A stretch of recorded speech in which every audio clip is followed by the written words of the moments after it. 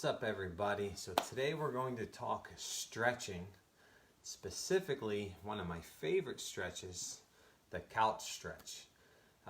This is a hurt so good stretch. So I'm going to show you how to do the couch stretch, a couple pointers to get the most out of your stretch, and some tips on make sure you're doing it properly. So the first thing is called the couch stretch because you can use the couch.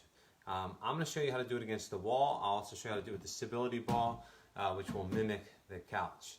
But feel free to do it over the couch. I prefer the wall, but I'll talk about that now. So the couch stretch. The first thing you want to do to get in position for the couch stretch is you're going to bring one foot up against the wall or the couch. You want this shin to be perfectly vertical, okay? Now, if you don't have this range of plantar flexion, meaning you can't plant your foot there, then you're going to want to use a couch.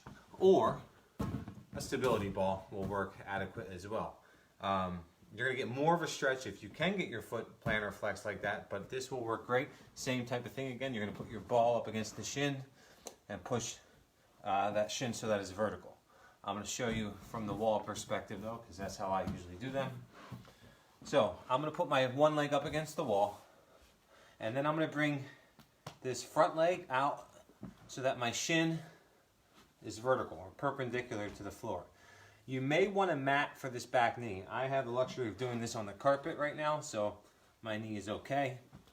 But what I'm going to do from here, once I bring this leg forward, and you may have a hard time getting this leg forward, that's fine. You're going to take some practice to get in there. I'm going to put both hands on the ground.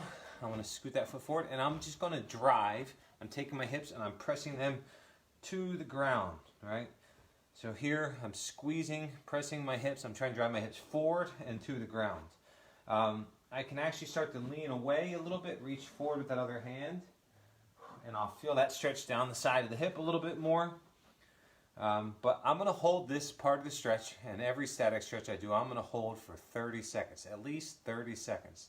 That's how long. If you do it less than 30 seconds, you're probably not going to get the benefit of the stretch. It takes usually at least that long for that muscle to relax, which is the goal of stretching. You want that muscle to relax and stretch out. So I'm driving this hip forward. Now, here's a great way to get more of the stretch. You're going to take your glute muscle, so the butt muscles in this back leg here, and I'm going to squeeze them.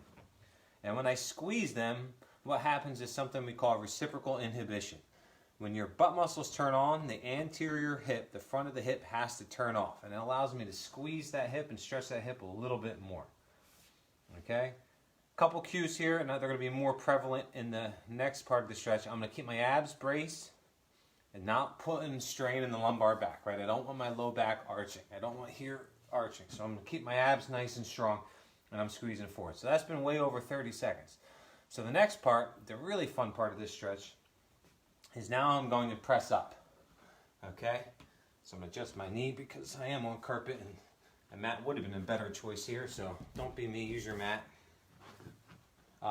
You're going to attempt to bring the shoulders up over the hips, over the knees. Now, here's what happens a lot of times. I don't know if you can see. What happens is people will lean back like this, and my low back is doing nothing but arching here. My rib cage is up. So here's my cue. Brace the abs, squeeze that rib cage down, and when you do that, you're going to take the stretch or the movement out of the low back, and you're going to put it all back in this quad and in the front of the hip. And now I'm going to squeeze that butt muscle that we're talking about, those glutes, and I'm really going to try to press into the wall, and I'm going to hold here for 30 seconds, keeping that rib cage down, keeping the stretch in the front of the quad and the front of the hip. I can turn toward that leg, and I'll feel a little bit stretched down the side, and I can lean away and keep those abs, ribs down, and I'll get a stretch down the side. I encourage you to kind of experiment with twisting one way or the other when you're up here to find out where this feels really good in that it hurts so good way. Again, you're going to hold that stretch for at least 30 seconds. Rib cage down, shoulders back, abs squeeze, boom. Come out, and you're going to repeat on the other side. This is an awesome stretch for those of you suffering from runner's knee or IT band syndrome. It can help alleviate pain in the knee. It can also help with pressure in the low back, pain in the low back. For athletes that I coach who are suffering especially bad from those conditions, I'll have them do this in the morning and at night, so twice a day, as well as after their workouts. It's great if you're a cyclist, if you're a runner, and of course you're going to do both sides. So I only showed you one side. I'm going to go ahead after we hang up here on the video. I'm going to go ahead and do this on the other side. And so let me know if you have questions. You can hit it up in the comments below.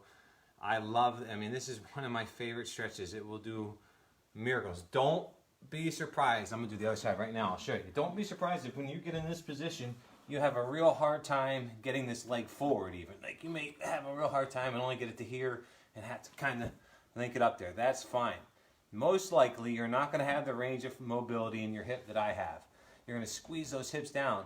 Don't be surprised. You may need to grab a box or stability ball to push up, and this may be as far up as you can get with that hip mobility, right? You may not be able to get the butt back toward the wall. You may definitely not be able to get yourself up, right? So even if you're just here, that's fine. Start where you are. Remember, keep the rib cage drawn down, abs are squeezed, right? Neutral spine back here. We're not arching our back. I mean, I can do this, and it looks like I'm getting a really good stretch, but really, all I'm doing is extending my low back, putting pressure on my low back. That means eventual back pain. So, again, questions, hit me up in the comments. Until next time, I encourage you to live inspired and be inspirational. Talk to you next time.